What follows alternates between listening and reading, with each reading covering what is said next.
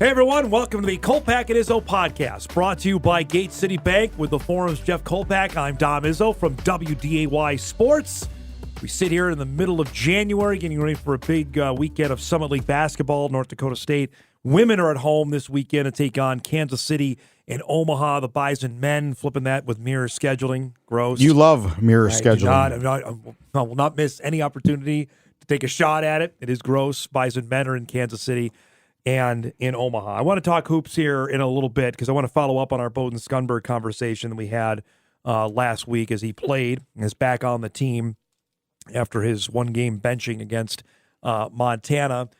There is some football news. I want to start with the biggest news. Obviously, that came down late yesterday, that Nick Saban is retiring as head football coach at Alabama, which is there are rare times, Kolpack, nowadays where I am legitimately stunned. This one got me. I did not. Even see though this he's coming. 72 years old, you just figure he's going to keep coaching. Like Belichick's still going. He's 71. From the sounds of it, and if you believe what you see and hear on social media, that he was coaching up until the end, interviewing assistants. Open job. The day he retired. Yes. Talking to recruits. What happened? I mean, was it over a lunch? She just said, "Yeah, that's enough. I'm done." Interviewed some guy at 10 a.m. to noon, and then went to lunch and said, "I'm done." And this year's team was not considered like his best. Georgia, Michigan had all the accolades, and they were a whisker away from playing for another national championship this I think year. you can make the parallel where they started slow and North Dakota State started slow, and I think if you could say that was Nick Saban's best coaching job, it's hard to say because there's so many years and so much data to call from. But I thought it was Matt Entz's best coaching job, even though he won national titles in 2019 and 2021. But this year required a different set of way to go about things. You had to change mid-course. That takes coaching. That takes adaptability. And that's not always easy. No. And I thought that was Matt Entz's best coaching job. This may have very well been Nick Saban's best coaching job. And even though they didn't win a national title, he probably said, I don't know if I can do better than that. Yeah. I don't know if I have the energy to do better than that. I'm not sure I want to stay in this game. Does he golf? What does he do for fun? What is a guy like that for? Now he's 72. I have no idea. What's he going to do? He does some pretty good commercials. You know what he's going to do? He's going to go right to television. ESPN's got a spot waiting for him. I think whenever Lee Corso is ready to be done, Nick Saban's the guy on College Game Day. I really believe that. These guys make so much money over so many years that by the time they're done, they're almost gone, and they don't have time to enjoy their money. All the money they've made, enjoy it. I'm sure maybe they can. I don't know. Family and stuff, but I would think if you're asking me what's next, I think television. He's got a spot waiting for him at ESPN whenever he wants it. If it's as soon as September, guys like that have to stay in the game. As far as the ego, I think there's an ego component. I think there's an adrenaline component. I think there's those types of factors that's what drive these coaches. That's what drives these coaches in that they have to maintain some energy going. Just can't wake up and watch Wheel of Fortune. No. So who's going to be the guy to follow Nick Saban? It's not going to be Dan Lanning. Alabama. Yeah, Dan Lanning just put out, the Oregon head football coach, that the grass is damn green in Eugene, that he's staying there as the head coach of the Ducks. Colin Cowherd is set on being Kalen DeBoer. That's an interesting move there. And if I'm Washington, I'm trying to get him signed for as long term as you can. I guess now. Buyouts don't matter anymore. No. I mean that's irrelevant. No, but money is almost irrelevant. But Pete Thamel, the great reporter, college football reporter for ESPN, he put out the numbers yesterday, just some of the the buyout numbers of the coaches here. So Lanning's buyout was $20 million. Kalen DeBoer is at 12. Dabo at 7.5. Former Alabama guy. Yep. James Franklin, the Penn State coach, is at 6. Mike Norvell's at 4, who's the Florida State head coach. Do you hire Dabo, though? He's such a Clemson guy. I don't think Dabo is the guy. He's so rooted in Clemson. Marcus Freeman, the Notre Dame coach, is believed to be under $4 million. That's wild that those coaches are so low. Those numbers. Notre Dame, Penn State are as low as they are. I have no. DeBoer is a really intriguing. He's the hottest name out there. He just got Washington in the national championship game. That would be a heck of a spot to go. So he's probably making $2, $3, $4 million at UW, and what's the open checkbook at Alabama? 10, 12? Well, that's what I had somebody say to me. Like, what's the better job, the Patriots or Alabama? And Mike Zier, beachhead football coach, said, no salary cap at Alabama. He's exactly right about that, to your point. DeBoer doesn't strike me as an NFL guy just yet, I don't think. I think he's too new to the upper echelon of the college ranks. Boy, that is a tough job to walk into. Alabama? That is not an enviable Fresno's job. a tough job to walk into. Yep. And Washington, he won in both of those spots. Washington and the state he took it over was a tough job to walk into. Saban had produced 44 first-round NFL draft picks, had 29 total losses in his time at Alabama. Think of that. 44 first-round picks and 29 total losses. I think at Alabama, the biggest thing is to be a good evaluator because you have the pick of the litter for the most part in recruits. Absolutely Not everybody. But just because somebody's labeled a 5-star doesn't mean they're 5-star. That's somebody else's evaluation. Yes, of that particular recruit. Yep. Craig Bohl, if I were Kalen DeBoer, I would go to Alabama and I'd hire Craig Bohl to be my special assistant for evaluation because I think Craig Bohl's that good. He's good at Craig that. Bohl can go into the film room and pick out whatever. I don't know how he does it, but he did it. He did it here. He did it in Wyoming. He did it at a high level at both places. A couple other news that came out of the coaches convention. Of course, you mentioned Craig Bohl is going to be the new executive director of the AFCA beginning in February. Outgoing executive director Todd Berry out of Nashville this week, Kolpack, said the coaches favor moving National Signing Day the week before the transfer portal opening at the start of a 4-day dead period right after the regular season. So let's just get our time frame down here. If we just go back for this year, that would mean National Signing Day would be moved up again. Right. We're talking right before Thanksgiving, so about 3 weeks earlier than it is now, and then open the portal after that. What do you make of that? Now, the coaches would say, well, our guys have been in the boat since, especially at the top level, probably for a year. At the FCS level, probably about 4 to 5 months. What's the deal? Yeah, you're flipping deadlines there, aren't you? So, I don't know. The thing about signing day, well, they're already committed anyway. So if you lose some guys, it's not like I need to find 5 more guys. That's why they say the portal would open after that. That to me is intriguing. I didn't think they would go that way. I thought they would go the other way in terms of into January with it. At least they're trying to address it, I guess, though. Because we saw it. I mean, that's the whole reason why the portal was such a huge deal of when it was, is because signing day was in the middle or late December, and now they're trying to move it ahead to alleviate on coaches hiring and then figuring out your recruiting class and trying to address the portal. I guess they're trying to get ahead of it with that. I think that probably passes. If there's support for it, that's probably going to happen. Well, I think it would help FCS coaches in the playoffs for sure. Oh, because there's no doubt. Signing dates usually be either the quarters or the semis or between that. Yep. That's intriguing. And graduation on that week. What a week that usually is. And we're talking all about especially when the Entz news broke and why it was so critical to find a Bison head coach then. Well, because signing day was 2 days before they announced that Tim Polasek was the head coach. Now, if you have signing day happening in late November, you alleviate a lot of that. So our coaches are going to get whacked in October now? Probably. Yes. Is that going to move up? I would think so. I mean, everything is natural according to the time there. I would think that probably, and that's already started to happen now. I mean, if teams are not happy with their guy, they're going to move on. They're not going to sit around and wait anymore. They'll hire an interim and look what happened with spend the time looking for the next guy. Look at Scott Frost. I mean, they could have held on to Frost for another week and Nebraska could have saved millions of dollars, and they said, no, we're done. We're going to get ahead of this, and they think they did with Matt Rhule. Mind-boggling. Wow. It's kind of crazy on that. Barry also said that coaches favor a higher academic standard that must be reached for immediate eligibility transfers. Coaches continue to support grad transfers with no restrictions. There needs to be a higher academic bar. That's something to be interested in as well. Yeah, I mean, wow, they're thinking academics. Boy, there's some cutting-edge stuff. I always wonder how these guys keep remaining eligible that keep hopping ship.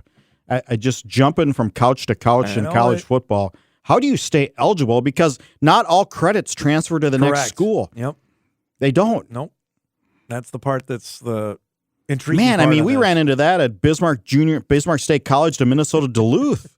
Like, oh, that doesn't transfer? Are you kidding me? By the way, just as from Barry, going back to our last point, he said, I think we're all unanimous in that we've got to get it off where the portal is right now. This is about National Signing Day, because it's not fair to anybody in location that it's at, and we certainly don't want to get rid of that early signing day. So Kleiman told us this when the early signing thing became a reality in, what was it, December of 17, that was going to become the National Signing Day, and it has. But I think it's going to happen now in November. So does the second one remain the first Wednesday in February? I would think so. I don't think they're going to mess with that. So, again, off season, there is none for what's happening in the college football world. You and I got our first chance to visit with Tyler Roehl this week since the news became official on Monday. You broke that Roehl was going to be named associate head coach. So, obviously, he's sticking around for the 2024 season. I want to get your impressions first on, A, the move, and B, this going forward with Tyler sticking around. I was of the mindset, Jeff, he was not going to come back with Tim Polasek being the head coach. I think he had to think about it for sure. I mean, you're hurt. You're down to the 2, and you think you have a chance, and a very good chance at getting that job, and you think you've earned that place, and you don't get it. That being said, I think you look at the resumes. I think Polasek had the better resume. I don't think there's any question about that. That I thought he took some time to calm down. I guess if I were to put it in my words, that's my gut feeling. He used phrases like, "Where there's change, there comes growth," and things. Those coaching phrases that those guys always use. I just thought he needed to. Okay, hold on here. Let's think about this for a little bit. I'm still the OC at the top, one of the top FCS schools in the country, one of the top football schools in the country. And who's to say he won't go to some NFL team next month either? Right. Yep. I mean, that could happen. Just because he says, and that could happen to any coach. I mean, that's just the way it is. I think he's marketable. Who's the Montana State OC where did he go? Kent State, I believe. He went to the MAC.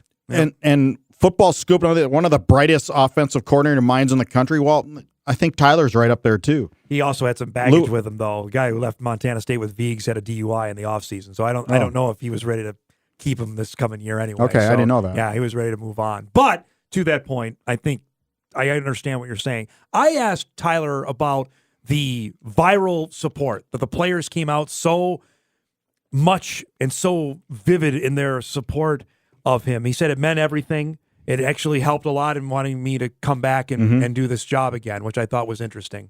Well, there's a connection. Obviously, there's a connection there. And don't forget, he and Tim Polasek are very good friends. Yeah. I mean, you remember when they were together at NDSU, weren't they always, they were almost running together before games, and they're always together. They're always hanging around. And obviously, they kept in touch over the years. And Tim got emotional when talking about the selection process and going against one of your best friends. And that's real. Tim Polasek does not fake tears. I'll tell you that. No, that's one thing you can count on. And so I think Tim just said, "Hey, I want you," but maybe he said, "Take a few days." Yeah. I don't know how those discussions went. I was asked this as well about Randy Hedberg's status, because Hedberg was associate head coach, and I guess there's no limit really you can have on associate head coaches on one staff. Yeah. It doesn't mean you can only have one. As far as I know, Randy is coming back. I've not heard otherwise to that point. I have asked him about it. He said nothing has changed as of yet. Yeah, he still seems energized, and it still seems. This is what This is what he's been born to do all these years. Yeah. He's born to be an athlete, born to be a coach, and this is what drives him. Same thing with Nick Saban. Yep. It's the adrenaline. I've talked to Randy about that. And same with us. We love the adrenaline of game day. Mm-hmm. We love covering game days. Yep. There's something about game days when I wake up Saturday morning, and I'm sure you do too. I'm like, let's go. Yep. I mean, I turn on College Game Day, go over my notes for the 10 a.m. show, go to the Dome or wherever we're at on the road, and let's go. Yep. And I think coaches and Randy are the same way. I'm sure Randy wakes up on Saturday morning and let's go. Here we go. Yep. But he also wakes up during the weekend to practice. Probably that's what they do. That. So as it stands now, as we record this on Thursday, the 11th, the Bison still have to hire a safeties coach. That's still out there. And frankly, I don't know about linebacker. When we asked Grant Olson about that he would like to do it, I'm not sure if that's been confirmed that he's going to do both defensive coordinator and linebackers coach this. Yeah, until year. it's confirmed, it's confirmed. Right. I mean, assistant coaches and special teams as well. I don't lie awake at night wondering who's going to be the safeties coach, but you know, for people that do listen to our podcast, they want some information. As we can tell, I know they interviewed candidates. Nothing has come. They were going to interview 3 last week, as far as I know. Nothing has come to fruition as of yet on that. I think that's something that Polasek wants to have wrapped up because I know they're hitting the road recruiting next week. So he'd like to have it done maybe by the end of the week. We'll see if that comes to fruition. And let's not forget about another staff retention here is Jim Kramer. Yep. He's still there. I saw him on Twitter this morning. There he goes. There's Jim Kramer. So he has now gone through not only he came with Craig Bowl in 2004. Bowl hired him the year after he got here. He went through the bowl change. He went through the Kleiman change. He went through the ends change, and now he's still here. And players swear by a stack of Bibles that this guy develops them more than anybody. And don't forget that Jim Kramer is with the players more than the coaches. Also, on a yearly basis. Polasek brought back Ryan Napoli as well, who's now the director of sports performance, who was with them for a long time. He left and went, I think he went to SEMO for a few years. People recognize the guy, the monster. They call him the Beard, and he's got one. He's back as well. That's because he was Kramer's right-hand man for the longest time, and he's back on the staff as well. Those are those behind-the-scenes factors that fans don't see, but we as reporters hear just talking to players. I want to get your 2 cents on the move that happened in Grand Forks. Danny Freund moving on. Talking about Tyler Roehl, Danny Freund moving on. Again, similar to Tyler. This guy bleeds Kelly Green at UND, former quarterback for the then Fighting Sioux. He's been Bubba Schweigert's guy as OC since 2019. Now he's taken a co-offensive coordinator and QB coach job at South Dakota State. Wow, surprising move to say the least. Going from one conference school to the other, and one where you just I think he wanted to be the next head coach. I would imagine. I don't know that for sure. He never told me that, but that's kind of the word that's out there.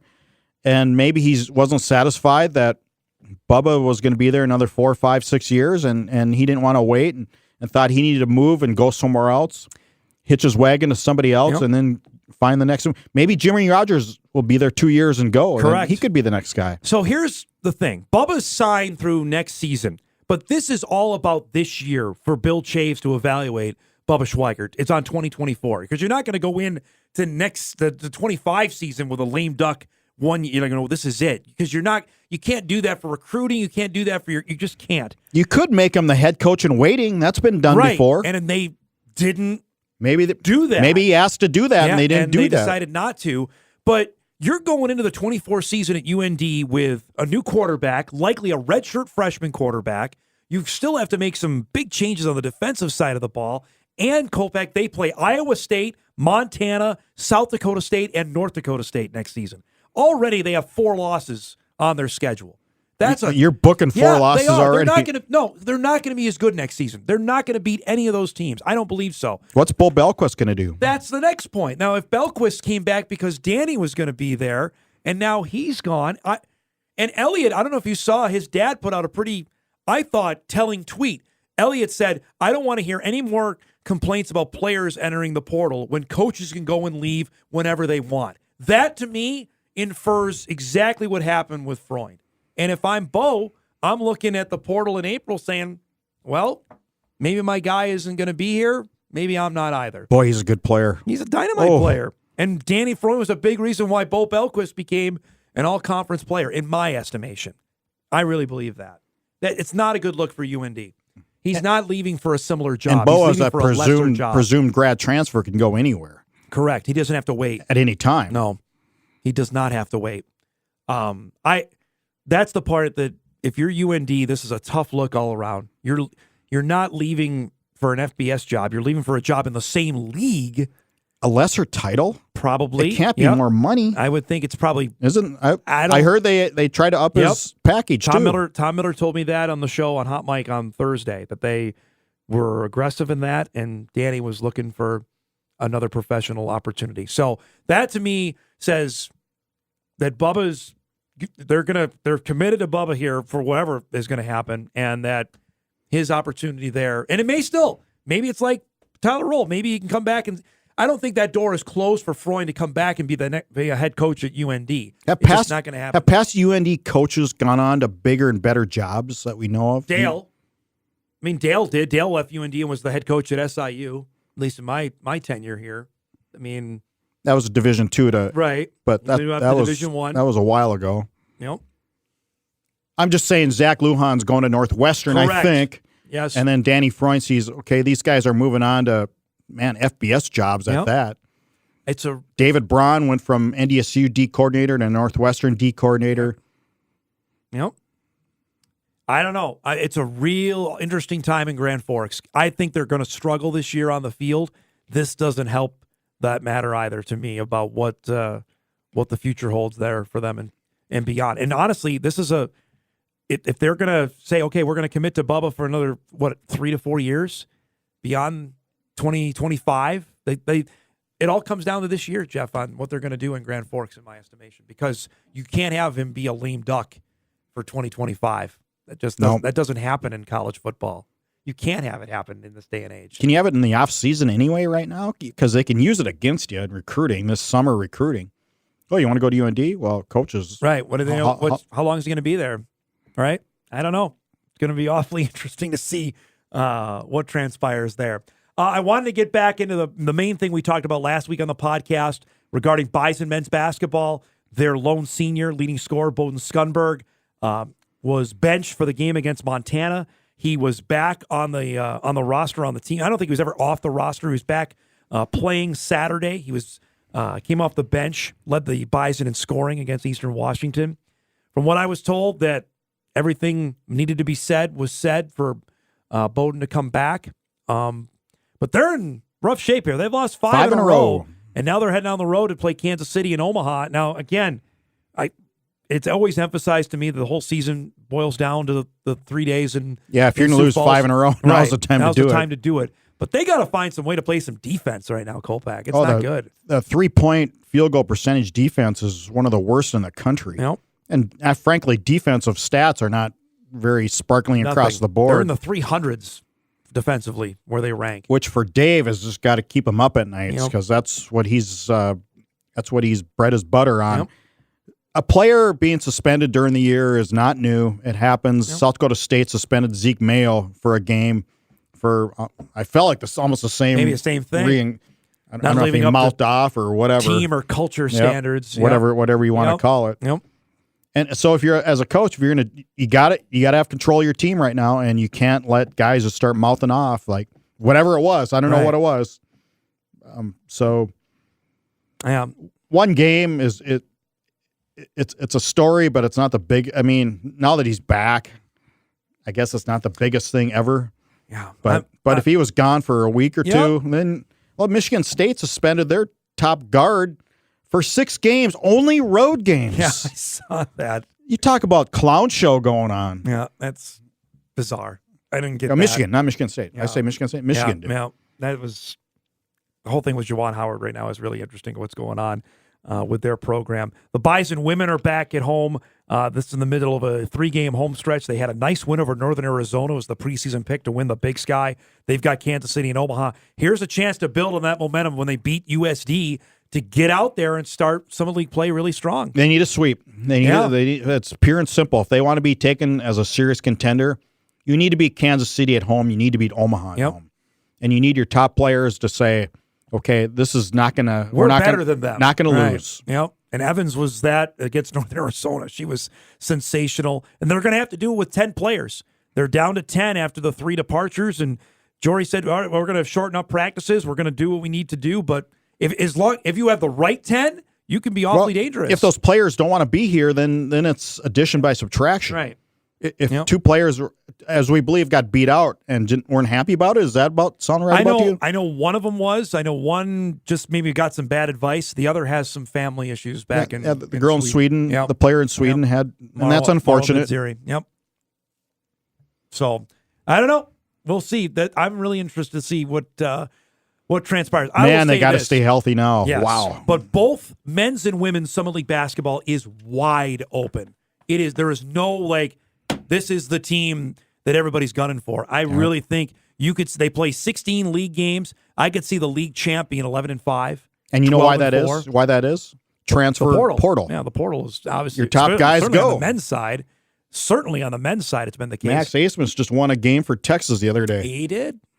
Remember him? He was pretty good at Oral Roberts. He could light it up. I was watching Arkansas or Alabama play South Carolina the other night. Pretty good guy that plays for Alabama that used to play up here. Man, we forget about him, don't we, a little bit? I don't think Dave Richmond forgets about him at all, currently where they're at. But yes, that's the name of the game of what happens. And that's why you caution every Summit League game, because it's so different than football. Football, you have one game a week. It's the biggest game ever. Where basketball, you have so many of them here, and frankly, all of them really don't matter until you get to Sioux Falls. It's just the name of the game in mid-major, one-bid leagues like the Summit League is. That said, though, you need to get a good seed, too. So it's not like these games don't count. Nope. You don't want to be... You want to be that 1 or 2 seed. Well, the 1, you definitely would like that, just because of the matchup you get. So we'll see. Begins again tonight. We'll have the game for you on WDAY Extra between Kansas City and the NDSU women back on Saturday for Omaha and North Dakota State. We'll keep doing the pod here throughout the offseason, at least for football-wise, and keep you updated on everything that's going on there. I think comings and goings. Like I said, I don't think the news ever really stops, Kolpack. It just didn't. This week was busy with what was going on. Man, remember 2011? Just nothing ever happened like that. Nothing. You surprised at how the game played out in Frisco? That South Dakota State, how they won over Montana? I thought South Dakota State would play better. They won, I thought, with a pretty ordinary effort for them, especially offensively. Yeah. Defensively, the 4th down tackle by Adam Bach was the play of the game. And after that, Montana was not going to sniff the end zone. Clinton McDowell is now in the transfer portal looking for his nice school. Oh, my goodness. If you would have told me of the 2 starting quarterbacks in the championship game that it'd be he in the portal, I would have lost a lot of money. I know. I would have lost a lot of back? Do we think he's coming back? Well, we're sitting here on Thursday. I haven't seen anything that either way. Have you? Nothing. All quiet on the Western Front. Doesn't mean it hasn't happened, but if he decides to come back, that is because Adam Bach deal. Already announced he was coming back. So you think if Gronowski would probably do the same, but he hasn't. But I don't know. We're waiting on pins and needles on that one because that's a huge deal maybe for you FCS are. I could football. care less. I am. It's a huge deal for what's going on with the FCS in 2024. Kolpack apparently he's waiting for next season. We appreciate everybody listening. You can check us out at inforum.com, wherever you get your podcasts, Google Play, Apple iTunes. We're available there. Thanks so much for listening, everybody. The Kolpack and Izzo Podcast, brought to you by Gate City Bank.